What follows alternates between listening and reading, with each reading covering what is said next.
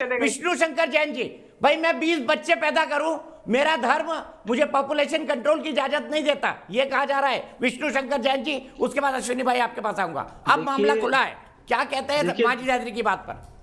देखिए दीपक जी, इनकी सबसे बड़ी डिफिकल्टी है ये जो ड्राफ्ट बिल आया है इसके सेक्शन 19 से।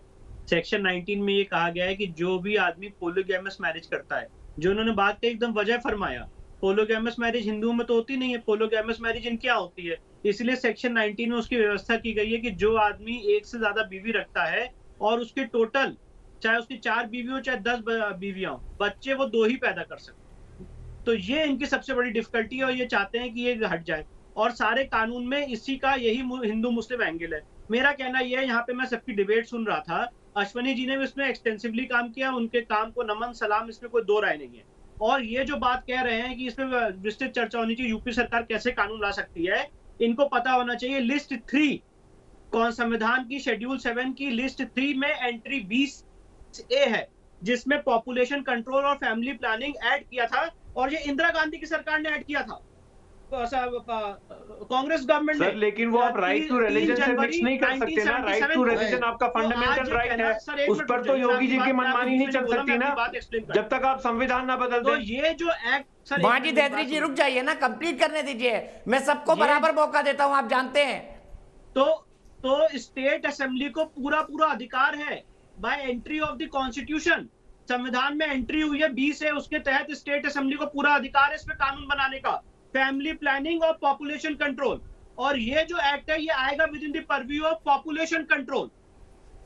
तो सबसे बड़ी दिक्कत ये है कि आज आप ये चाहते हो कि आपकी 4 बीवियां हैं, मैं 4 बीवियों से अलग अलग 2 बच्चे 4 बच्चे पैदा करूं, उसके बाद उसको तलाक दूं और अपनी पॉपुलेशन बढ़ाना चाहूं। और यही बात अभी माजिद हैदरी साहब ने कही, अरे आप 400 बच्चे मत करिए। क्यों भाई? 4 बच्चे क्यों? 400 बच्चे, आपको क्या परेशानी है? देश के नागरिक हैं तो आपको सबके लिए समान कानून मानने में क्या दिक्कत है?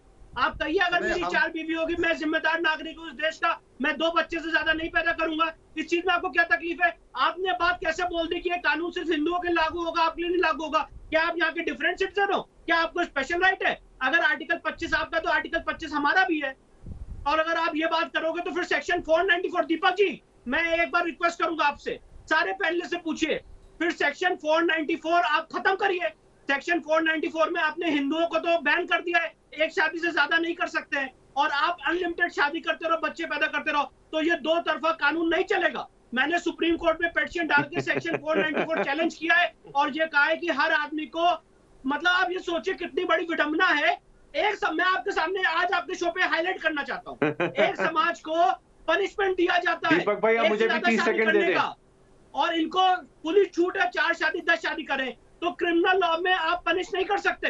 अगर माजिद हैदरी साहब ये कह रहे हैं कि ये कानून सिर्फ हिंदुओं के लिए लागू कर दीजिए, तो सेक्शन 494 भी लागू करिए आपके लिए। आप सिर्फ आप ऐसा नहीं हो सकता, जब कानून बनता है तो देश के हर, ठीक है माजिद हैदरी जी, मैं आपके पास आऊंगा, लेकिन उससे पहले डॉक्टर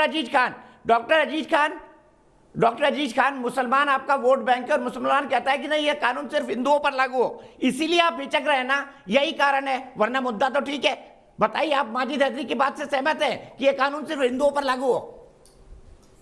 देखिए दीपक भाई, बहुत सीधी सी बात है, जो मैं कह रहा हूं उसका इंटरप्रिटेशन हो सकता है गलत तरीके से किया जाए, वो मैं नहीं कह सकता, लेकिन जो समाजवादी पार्टी सोच रही है, जो प्रदेश की जनता सोच रही है, देश की जनता सोच रही है, आज चुनाव सर पर है, बहुत सारी समस्याएं हैं, कोरोना की तीसरी लहर सर पर आ रही है, उस पर किसी तरीके की कोई तैयारी नहीं।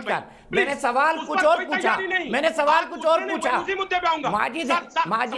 मेरे सवाल का जवाब नहीं दीजिए, फिर आप 1 मिनट बोलिएगा, आप 1 मिनट बोलिएगा। उसी मुद्दे पे सर दीपक भाई, वही समस्या है, योगी जी मुद्दे को भटकाना समस्या की जड़ तो पॉपुलेशन ही है ना, अगर समस्या की जड़ तो पॉपुलेशन ही है ना। मन साफ होता, 4.5 साल से कोई इन्होंने मसौदा क्यों नहीं तैयार किया? 4.5 साल हो गए, क्यों नहीं मसौदा तैयार किया? अगर इनका मन साफ था, मसौदा तैयार करना चाहिए। जब सर पर चुनाव आ गया है, मसौदा तैयार कर रहे हैं, कहीं ना कहीं जनता का ध्यान भटकाने मुझे एक बात बताइए, मेरे सवाल का जवाब नहीं दिया आपने। माजिद हैदरी कह रहे हैं कि यह कानून मुसलमानों पर नहीं लागू हो सकता क्योंकि उनका धर्म इसकी इजाजत नहीं देता, उनके पास असीमित बच्चे पैदा करने का मजहब के आधार पर आधार है। क्या माजिद हैदरी की बात का समर्थन करते हैं, हिंदुओं पर लागू हो, मुसलमानों पर नहीं?